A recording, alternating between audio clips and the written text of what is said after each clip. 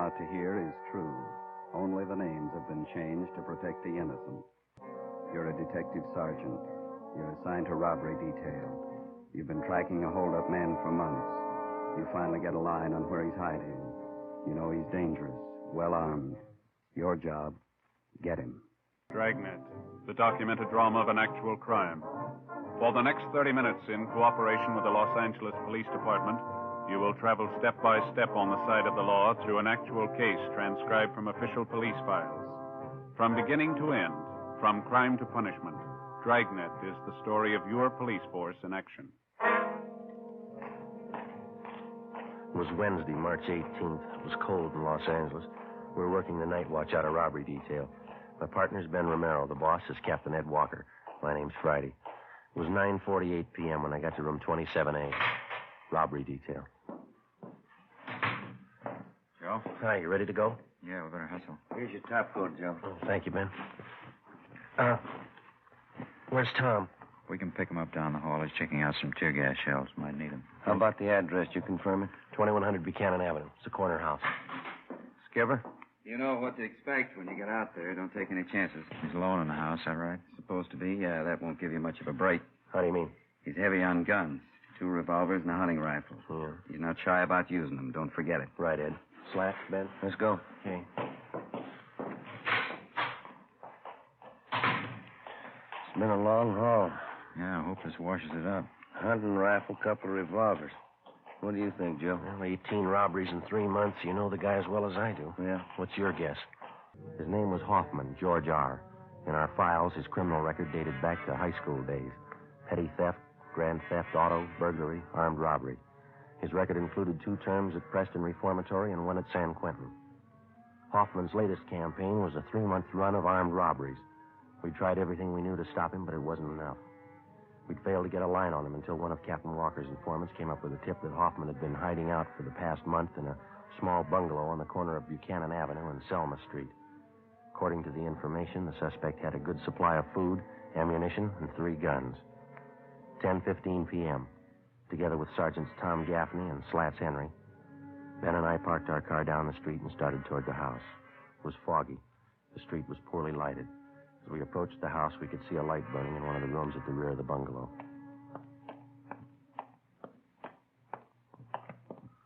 The light in the back room, Joe, just went out. Yeah. Slats, you and Tom want to cover the back? Right. Let's go, Tom. Be careful. Yeah. All right, Ben. Easy, huh? Wait a minute, Joe. Curtains in that corner room. I thought I saw them move. Come on, Ben, the front door. Yeah, come on. Come on, hit it. Yeah. Come on, hit it again. Yeah, all right. Come on. They got it blocked or something. Something piled against it. Come on, once more. There we are. Watch the furniture, Joe. Yeah. That front room's clear. Come on. Went out the side window. Where'd he go? Across the street. Got him pinned down behind that car there. He's in the car. All right, let's go for the tires. All right, Hoffman. Give it up. Cover this end, Slats. Right. Ben, that hedge across the street, you see it? Yeah, okay. All right, let's run for it. Come on. You okay, Joe? Yeah. Hoffman, you haven't got a chance. Throw out your guns. Okay, Ben, give it back. All right. I'm coming out. Throw out your guns. Throw them in the street. Here they are. All right, get out of the car. Hands behind your head. Come on.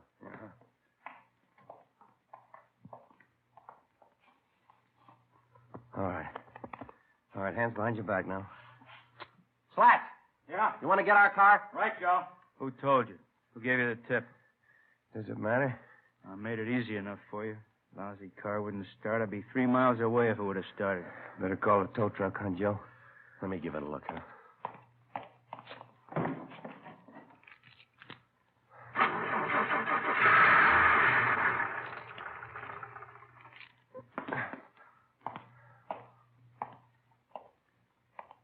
Lousy luck, that's all it is. What was wrong with it, Joe? I tried it. It wouldn't start for me. You should have turned on the ignition. George Hoffman was taken downtown and booked on suspicion of robbery. At a special show-up, he was identified by more than a dozen of his robbery victims. Between his arraignments and his preliminary hearings, we worked together with the district attorney's office in lining up witnesses and preparing the evidence against the suspect. We figured we had an airtight case. Hoffman's trial in Superior Court was set for May 14th.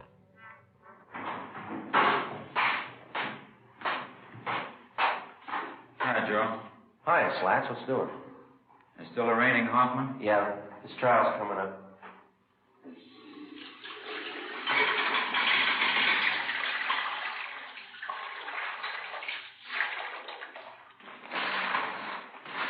Hey, what happened to your eye?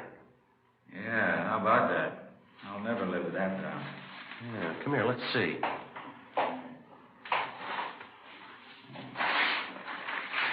This real black eye I ever had. Had 'em bruised plenty. They hurt, you know. Yeah, how'd that happen? Well, every week Gaffney and I go up to the neighborhood boys' club after work to help coach the kids at sports, you know. Mm-hmm. Well, last week we had boxing lessons. Yeah. I was coaching this one youngster. He turned out to be a lot quicker than I thought. You're really connected. Mm-hmm. I guess everybody in the building's heard the story, huh? Yeah, just about. Gaffney took care of that. Captain called me in this morning, asked me if I wanted to file assault charges against the kid. Some joke. Yeah, never fails. You still coaching the kids up there? No, not this week. Kids are supposed to get lessons in wrestling. I'm not taking any chances. Yeah. They've been watching television for months. I'll see you later, Michael. Yeah. Okay. Oh, nice, Lance. Hi, Ben. How you doing? Pretty good. Put your coat on, Joe. Yeah? What's the matter? George Hoffman. Yeah? Just broke jail. The morning of his escape, Hoffman was scheduled to appear in Superior Court for arraignment. According to routine, he was taken from his county jail cell on the 12th floor of the Hall of Justice and escorted to the jail shower room on the 14th floor. There he was to take a bath, change to his civilian clothes for his appearance in court. While he was in the shower room, he turned on the hot water faucets, filling the room with steam to hide his actions from the guard. He succeeded in forcing his way out through one of the windows, climbed up one story to the roof. Realizing that he couldn't escape down through the building, he lowered himself over the ledge of the roof and, using the narrow crevices between the bricks to hold on, he climbed 7 stories down the outside of the building. At the 8th floor, he found an open window and got inside. He slugged the bailiff, who tried to stop him, and then ran down the remaining flights of stairs into the street and disappeared in the crowd. 20 minutes later, he robbed a dentist's office at 3rd and Los Angeles Streets and got away. Police and sheriff's deputies covered the city for him. Ben and I were among them. 11:55 p.m. We checked back in with Captain Ed Walker.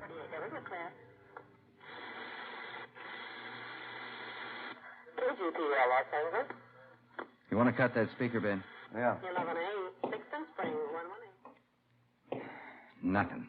Not a trace of him. He must have a good friend someplace in town. Everything's covered. His friends, relatives, his hideout, everyone he knows, every place he's ever been. We've plugged every loophole we can think of. The depots, terminals, the airports, still no trace of him.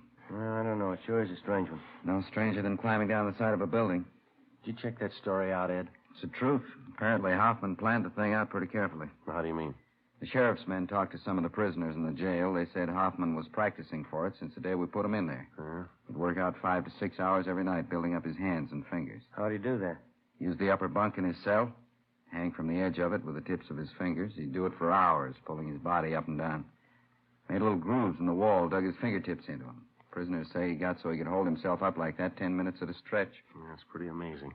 How about the bailiff he slugged? He'll be all right. Couple of bad bumps on the head, that's all. Robbery, Walker. Oh, yeah, Little John. I sent him out about 10 minutes ago to relieve you. Yeah, they ought to be there pretty soon. Right. How about our schedule, Ed? As far as I know, we're going all night on this thing. Sheriff's office is the same. Mm-hmm. You two were relieved at 11:30. Better check back about 5:30 a.m. Okay. Right. That's a hot shot. I got it. What is it? Drugstore holdup. They think it's Hoffman.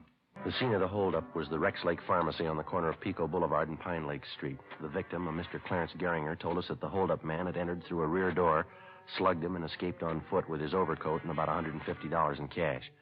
We showed him a number of mug shots. He identified George Hoffman as the bandit. A special detail of men were ordered on a thorough search of the general area around the drugstore. No sign of the suspect. The citywide Dragnet continued all that night and into the next day. No developments. The search went on. A week passed. 2 weeks. At 10 p.m. on the day Hoffman was scheduled to be tried in Superior Court, he beat up and robbed a 40-year-old liquor salesman in the Highland Park area. Again, he made good his escape. Routine investigation failed to turn up a single lead. June 8th. The suspect was still at large. The legwork continued. 817, is that the address you got? Yeah, he said it was near the corner. Oh, yeah, there it is. The Townsend Hobby Shop. Yeah, let's go in. Mm-hmm. Joe, look at the electric trains. Look at that one. Beautiful layout, huh? Mm-hmm. I guess that's all they handle in here, electric trains, huh? Must be money in it. Look at those signals there and switches. They're all automatic. Wonder if my boy's old enough for a train yet. That must be the manager over there. Come on. Say, excuse me, sir? Just a moment, please. Be right with you. Got to check this transformer. All right.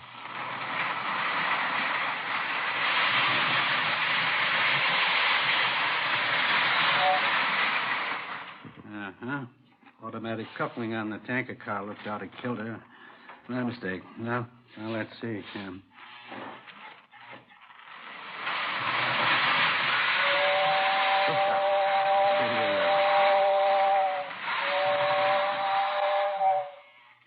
Yep, she's a dandy, isn't she? Oh, yeah. I'm sorry, gentlemen. Have to keep up our maintenance on the rolling stock. What can I do for you? Police officers, we're looking for a Mr. Townsend. Oh, yes, I'm Roy Townsend. Are you the sergeant I talked with on the phone? Yes, sir, that's right. This is my partner, Sergeant Romero. Hi, Mr. Townsend. You mentioned that you might have some information for us. Yes, as a matter of fact, I may have. About that fellow who climbed out and escaped. It was in all the papers. George Hoffman. Hoffman, that's it. I'm a pretty good one for faces. I think I might have seen him last night. Where was that? On my way home from the meeting. I belong to a model train club. Don't get enough of it here every day. Yes, sir. We'd like to know about this man that you saw. As I say, I saw him going into the auto court just down the street from where Mother and I live. It was pretty late, after midnight. Where do you live, Mr. Townsend? Over by Pasadena, Royal Oaks Avenue. I know Mrs. Cox at the auto court very well. I see. Well, this man that you saw last night, you sure it was Hoffman? I saw his picture in the paper when he climbed down and escaped. I don't say I'm positive it was him, but I'm good on faces. Well, wonder if you'd mind checking through these pictures. Oh, no, not at all. Yeah, this one. He's the one I saw. Am I right? That's Hoffman. Do you happen to know if he's staying there at that auto court? Oh, yes. He's been there for a month. Say, Sergeant, if you find out it really is this Hoffman, don't tell Mrs. Cox at the auto court. It'd just break her heart. Oh, is that so? She's sort of an amateur detective. She thinks she knows faces better than I do. After we left the train shop, we called the office and filled them in. Captain Walker called Pasadena and notified them. Then we drove out to the auto court where the suspect was reportedly seen.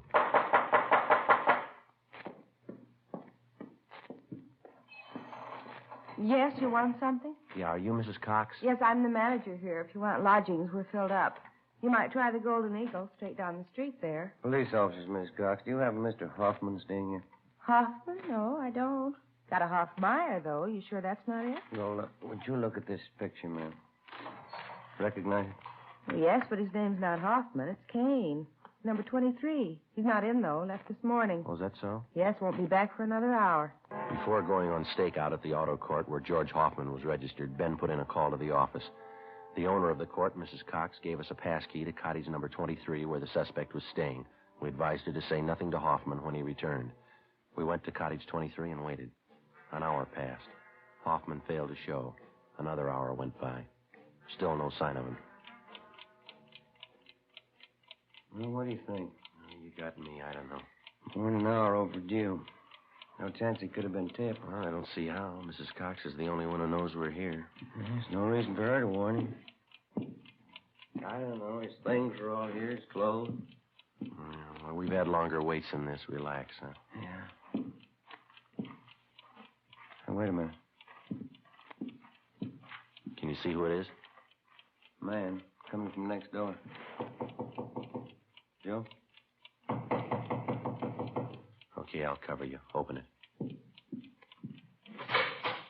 Oh, your new telephone directory? Oh, yeah, thanks. Anything wrong? No, there's nothing wrong, thanks. New phone book. Yeah. We waited another hour. George Hoffman still had failed to appear. At 4 that afternoon, we checked with the office. No word. At 5:30, we were still waiting. I was just thinking, Joe. Yeah? That fellow Townsend in the train shop. That sure must be a dandy hobby, electric train. Yeah, it runs into money, though, doesn't it? Well, I think I'll talk to the wife about it. Their education, you know. My boy'd sure get a kick out of having his own train. He's pretty young, isn't he? 3 years old? Well, I could show him how to work it, put things together for him. I'll get him. All right. Yeah? Oh, yeah, Lightner. When? Okay, thanks.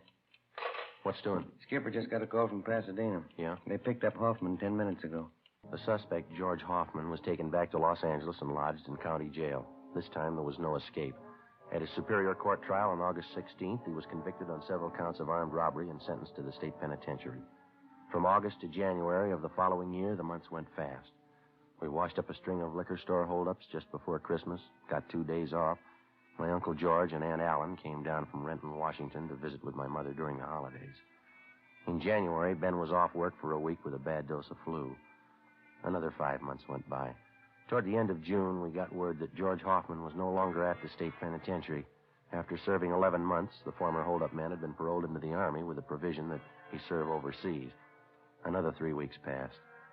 July 12th, Tuesday, Ben and I had lunch at Koken's Cafe and checked back in at the office. I wish Koken would change his menus a little oftener.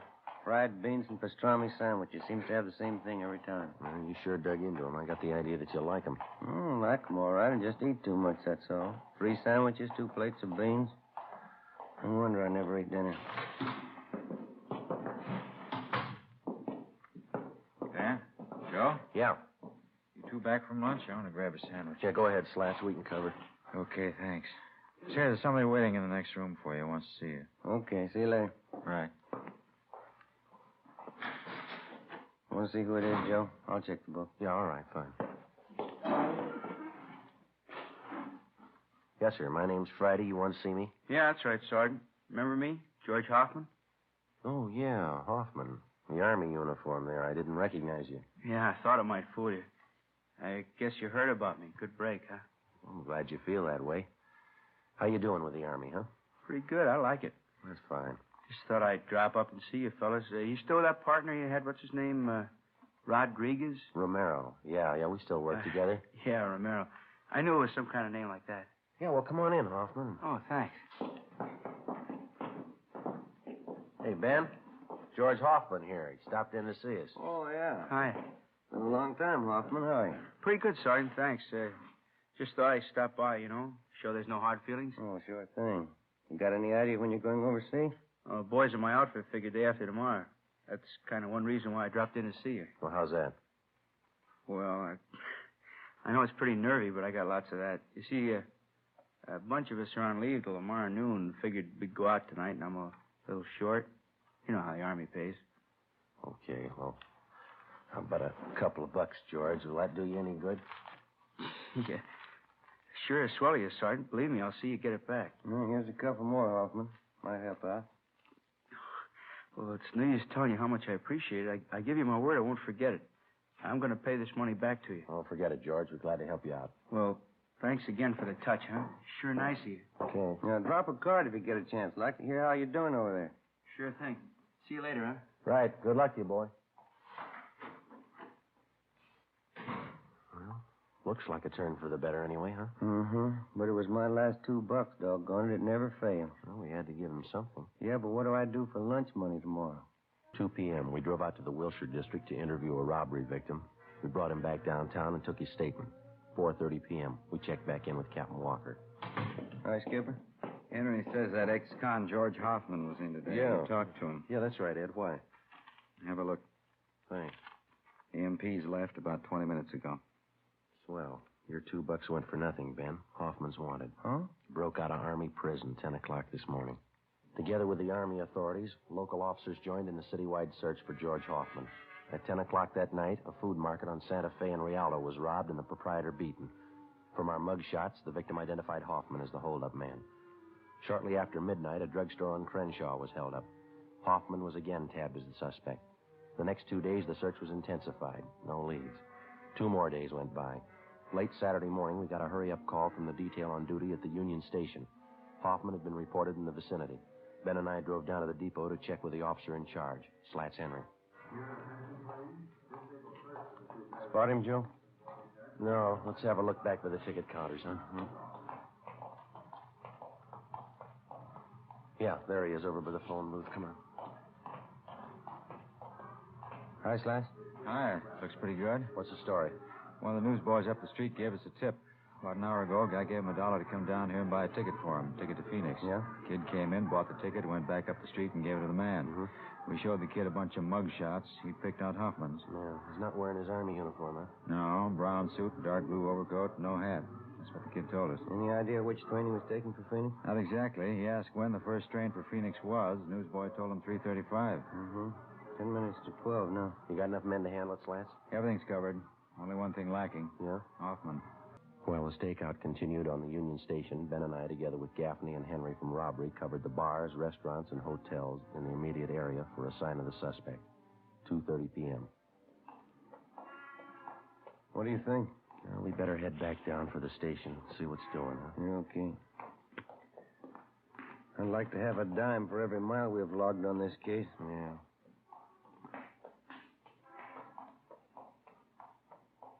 Joe, have a look. Where? Across the street, dark blue overcoat. Same build as Hoffman. I'll bet on him. Come on. He spotted us. Yeah, that's Hoffman. Come on. Well, pick it up. I lost him, Joe. Where'd he go? Turn down First Street. Come on, hurry. Across the street, Ben. Watch the traffic. Where'd he go? I see him. That antique store on the corner. He ran in there. Come on. Yeah. There he is. All right, Hoffman. Out of the way, mister! All right, hold it right there, Hoffman. I'm coming out! Move! Watch it, Joe. I said I'm coming out, you hear me? You're going the hard way, George. Come on, drop it, drop it!